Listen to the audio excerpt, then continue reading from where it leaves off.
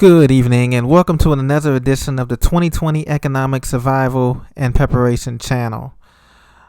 Well, it looks like the Dow Jones has continued to rally today. It was up over 100 points or so.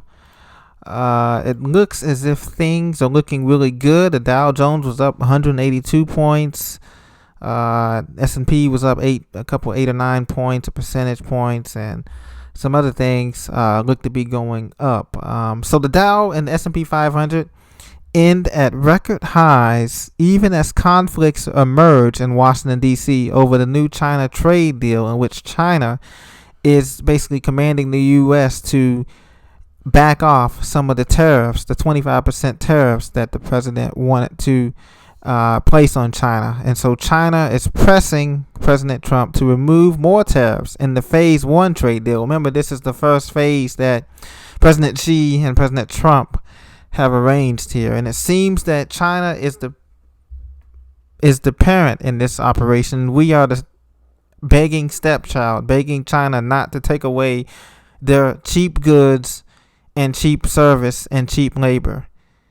What a sad situation we have come to here, folks, where we're now the spoiled toddler begging China to buy our agriculture. Isn't that ironic? $50 billion in agriculture that the president said that China will be purchasing in this phase one, quote unquote, deal. Whenever that happens, it has yet to be placed in place. Like I said, nothing's in writing, nothing's in stone. It's just something that they're talking about.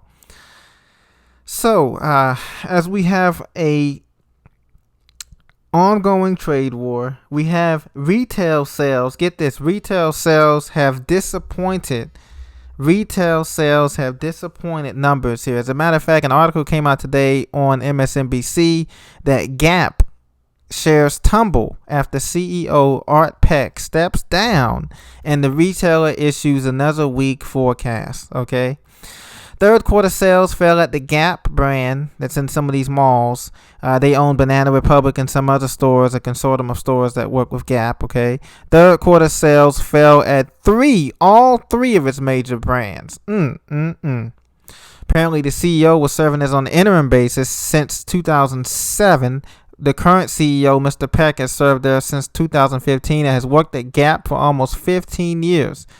Gap said the third quarter company-wide same-store sales fell 4% compared with flat growth a year ago. It said that the sales at the Gap brand were down 7%. They also own Banana Republic and Old Navy, which were both down 3% and 4%. So you can see that they warned that the third quarter net income, the range between 50 cents and 52 cents a share. So we expect around 34 cents to 36 cents a share earnings per share on that deal.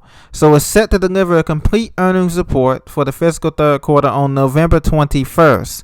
Also around the 21st and 22nd, Congress will be deciding on whether or not to extend the federal budget appropriations bill so it won't have a government shutdown or not. But that looks like that could be a possibility, something in the works too. Something to look out for that last week of November toward Thanksgiving, heading into the first week of December, if they pass another what they call continuing appropriations funding bill to keep the government, quote unquote, open.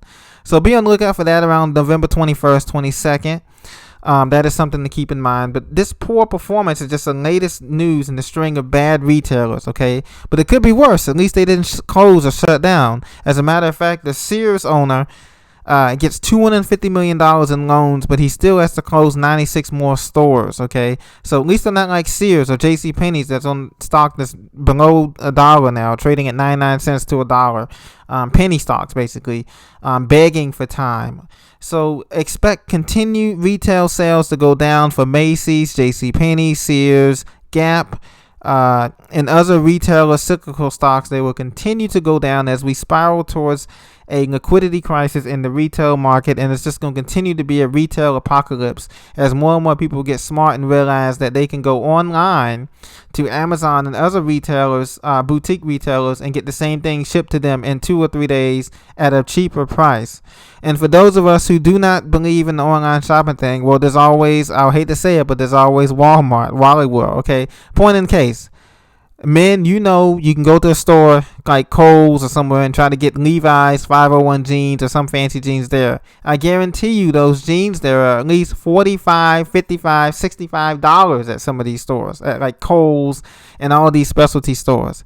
You go to Walmart, you see those same jeans, Wrangler jeans, or one of their off-brand signature jeans for $20, $25, $25, $30 at the most, and they're quality jeans. So you tell me, which one is the American consumer should be more likely to go to, even though, you know, we know that these products that companies like multinational companies like Walmart and Target, they're getting it from overseas, but at the same time, I would much rather pay $25, $30 for a pair of jeans than to go to a Kohl's or a Gap or something like that and pay $65 to $75 for jeans that are not going to last, that are going to fade out.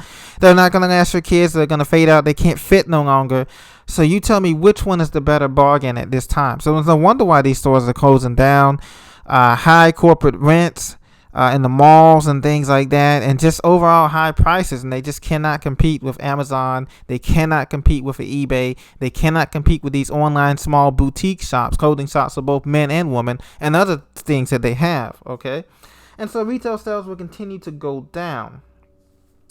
Now, switching gears here, I don't know if you guys heard, but Aramco, which is a Saudi Arabian oil company, is planning on going an IPO next year sometime. Now, they may be probably the only IPO that may have to gain some weight. This is not going to be like a WeWork thing.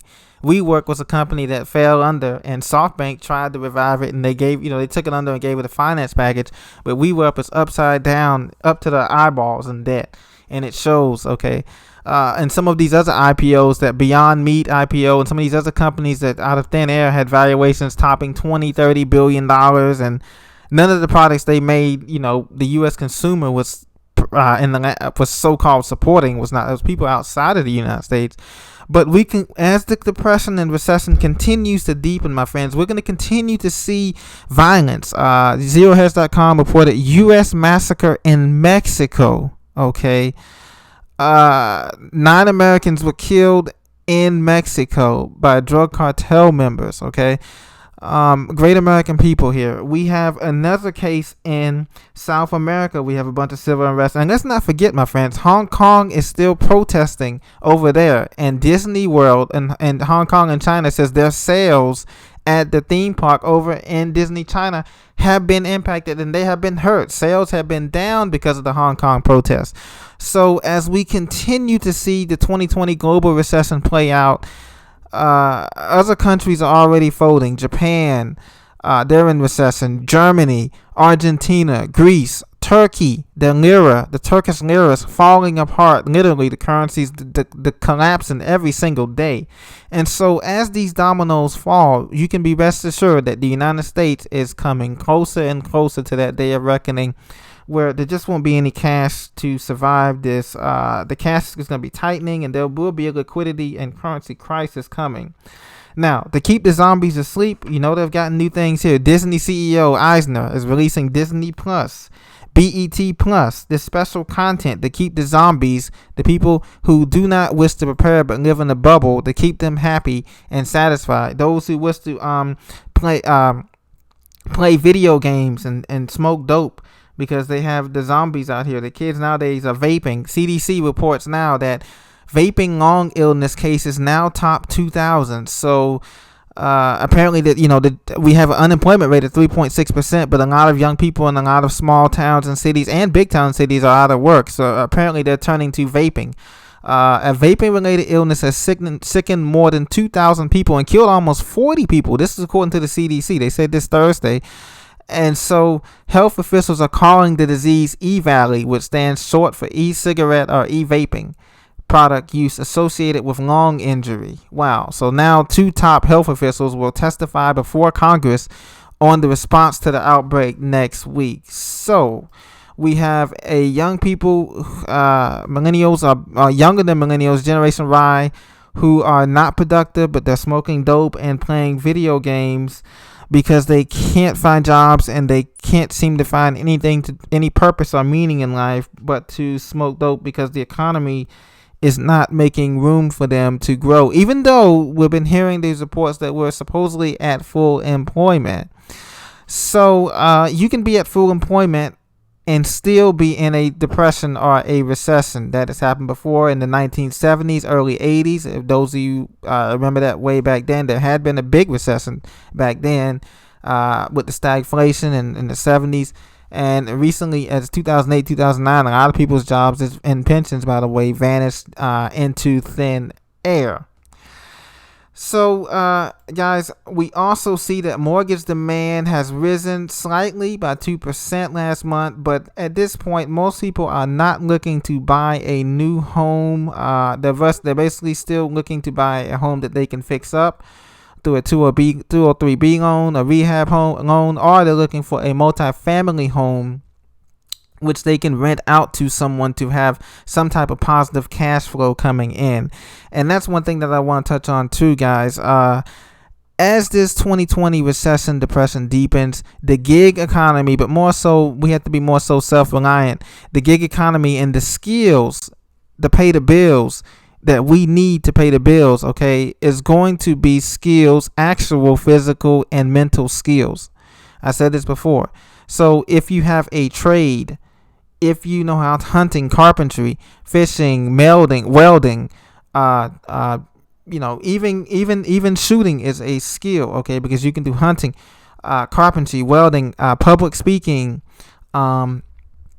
accounting, making things, making candles, making benches, making things that you can use for work and to trade, even the skill of trading or bartering, okay, bartering for certain items in the community and in your neighborhood is going to be ham radio, communication skills. When the grid goes down and when we have periodic blackouts, we need to know how to do these things, okay? So those are the skills that are going to pay the bills when the real economy on Main Street begins to falter, okay, which is not too far off in the distance. Like I said, in early 2021, we'll be starting to feel the effects of this recession, which is going to turn into a depression, Great Depression 2.0. But like I said, if you have those skills, knowledge is currency. Yes, I said that in the previous video that knowledge is currency. Yes, but the knowledge I'm talking about is skills. So repetition deepens impression. You've heard that. So get your kids, get your neighbors, your friends, your family members, get them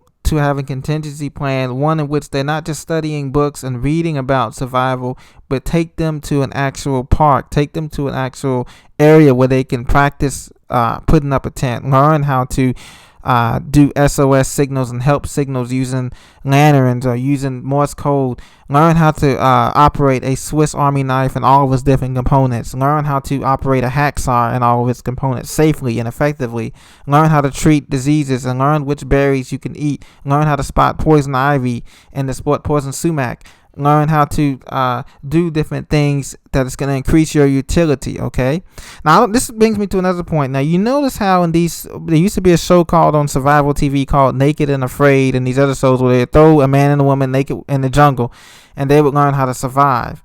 Well, it may not be that extreme, okay, but that show that comes on Discovery Channel, I believe, it does show that you do have to become a self-sufficient human being because the cavalry is not coming. In this case, the cavalry that we waited on so much, so say like FEMA or CDC or any of the emergency services officials, because they're going to be overwhelmed. Remember, America has 345 million people that we know of, okay? I have to be careful what I say here, but there's people outside of that number that are here in this country, at least 20 million people outside of that 345 million people that's here, that is taking up resources and that is using resources. And so we have to be prepared, okay? We have to be prepared to not only defend our family and our friends and our neighborhood, but we have to be prepared to survive basically on less products, on less food, on less water, clean water, okay? And on less goods and services over here in the Western world, when we have become so accustomed to going to the big stores and buying what we need at any time. Those days are quickly coming to an end. And so that is what we're faced with. But have faith. We are going to survive with God's help and with each other's help. And so, but that's what we're facing. So just to recap, retail sales are down everywhere. They will continue to disappoint us into next month, December. The only companies, like I said, that's going to do well is Amazon, UPS, Costco and things of those, and Visa, things of those nature. Those companies are going to do well, at least on the stock market. The media is continuing to dumb down its listeners by offering more content streaming services like BET Plus, Disney Plus, and other content streaming services full of rubbish shows about zombies and everything, when we're living in a real life zombie economy, and when people are going to become very zombies, when they're killing people over Popeye's chicken sandwiches, and there's cartels in Mexico killing people. And there's also, I read today that there was another place, I think it was in Chicago or Texas, I couldn't remember, where a person got shot over a parking space or something dumb like that. So there's a lot of stress out there. People are really stressed, but they're taking it out on the wrong people. It should be taking it out on the people who are messing up the economy right now, the Fed and the Reserve and the politicians, but they're taking it out on each other, and that's exactly what they want you to do. So be smart, be safe out there, stay away from crowds, unless you have, you can have fun, but do not try. I would stay away from these concerts and football games and things of that nature, and parades, because you just never know who is there and somebody may yell something. It may not even be true, and you may get stampeded on. Or as Black Friday's approaching, please keep that in consideration. Keep that in mind as you're hunting out in tents, waiting for the next PlayStation or whatever they have offering for Black Friday. Stay home and just wait for Cyber Monday. You can buy everything you need and have delivered to your door, and you won't have to be fighting crowds or somebody mad because you took the last Elmo that you needed for Christmas for your son or your daughter. So thank you very much for joining me, and stay safe. And we look forward to talking with you again tomorrow. This has been the Economic Survival Report for 2020. Signing off. Have a great night. Bye-bye.